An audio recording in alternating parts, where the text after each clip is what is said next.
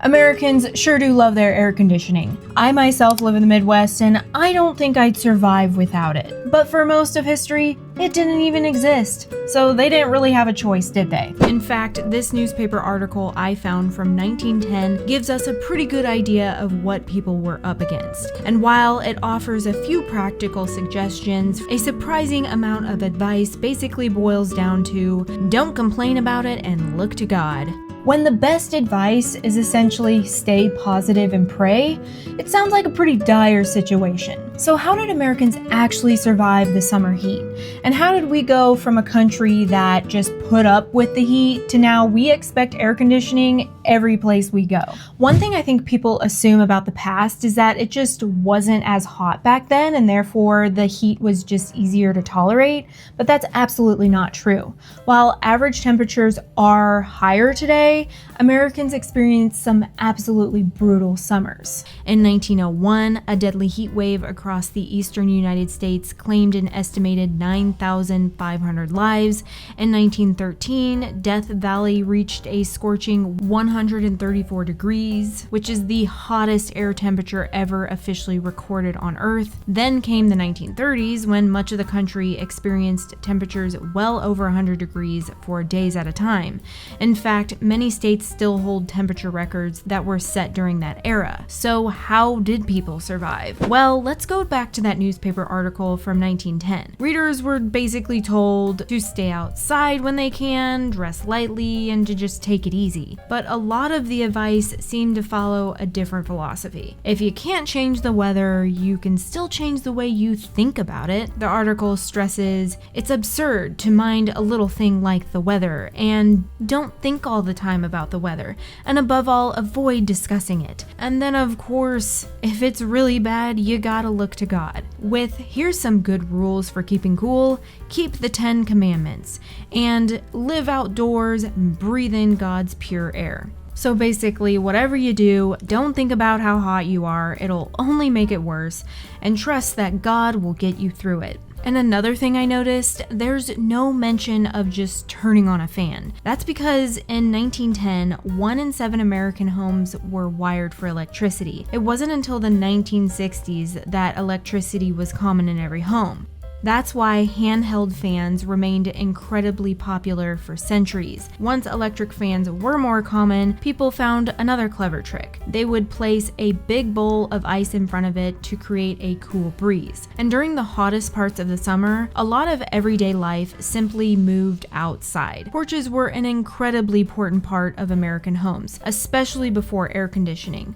According to architectural historian Dale McNish, porches were almost universally part of the design of a home in the 19th century, in part because they provided a cool place to relax while also shielding the rooms below from the sun. Families practically lived on them during the summer. They relaxed there, entertained guests, moved the dinner table outside, and on especially hot nights, many people even slept there. In fact, because of the heat, homes themselves were built completely different. Homes featured tall 10-foot ceilings that allowed heat to rise up, along with adding as many windows as possible to encourage airflow. As preservation architect John Culver explains, when you didn't have air conditioning, the breeze was key. Even the common double-hung window found in many homes today was designed with ventilation in mind. By lowering the top sash and raising the bottom, cooler air could enter while the hot air escaped through the top. And if all else failed and your family had the means, you simply just left. Many families escaped to small lake cottages or summer cabins until the worst of the heat had passed. So basically, Americans back then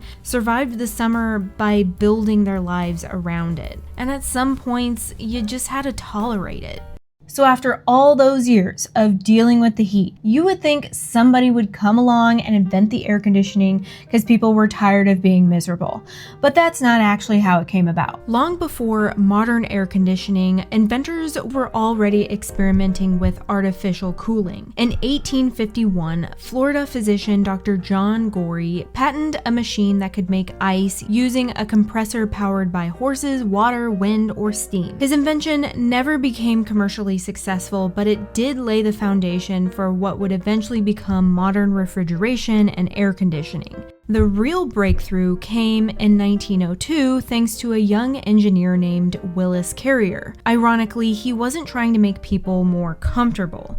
A printing company in Brooklyn was struggling because hot, humid summer air caused their magazine pages to wrinkle and ink to smear. Carrier designed a system that removed moisture from the air, solving the problem almost immediately. As this article from the Smithsonian puts it, the machine was surprisingly unconcerned with human comfort. It was designed to improve industrial productivity, not to cool people down. But it didn't stay in factories for long. As technology improved, air conditioning began making its way into larger public spaces.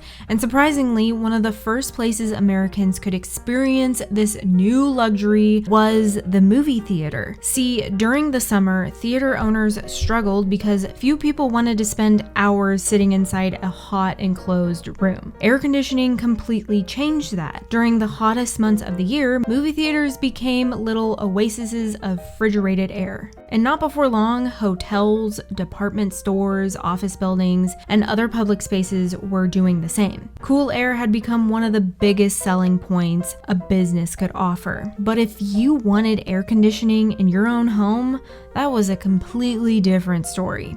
Early air conditioning systems were massive, they were too expensive, and just way too impractical for somebody to have in their home. In fact, many of the earliest residential systems cost anywhere from $10,000 to $50,000. That's roughly between $100,000 to $600,000 in today's money. Air conditioning was a luxury that only the wealthiest Americans could afford. That finally began to change after World War II. In 1947, engineer Henry Galson introduced one of the first affordable window air conditioners for the average American household. According to the Department of Energy, more than 43,000 units were sold that very first year, marking the very beginning of residential air conditioning as we know it. As the post-war economy boomed, so did the demand. Within a few years, annual sales had climbed into the millions, turning cool air into something that was now increasingly attainable for the middle class. Newspaper advertisements like this one from 1947 proudly promoted the latest window units, promising families that they could work, live, and sleep in cool, refreshing comfort. Amen. Not before long, these window units became even more affordable, and by the 1960s, newly built homes increasingly featured central air conditioning. Now it was built into the home itself. So by the late 1960s, and especially throughout the 70s, air conditioning had gone from something people hoped for something they expected in their home. Today, according to the Department of Energy, nearly 90% of American homes have some form of air conditioning. And as more and more homes were installing air conditioning, American life began to change with it. People no longer had to build their homes or plan their daily routines around the summer heat. For the very first time, summer became something you could simply just shut the door on.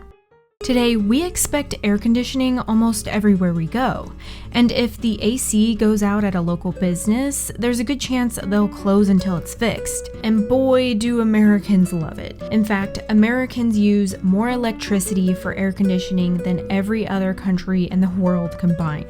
According to Smithsonian.com, in 2016, the United States used about 616 terawatt hours of electricity just for air conditioning, compared to the entire European Union with roughly 1.5 times our population. They just used 152.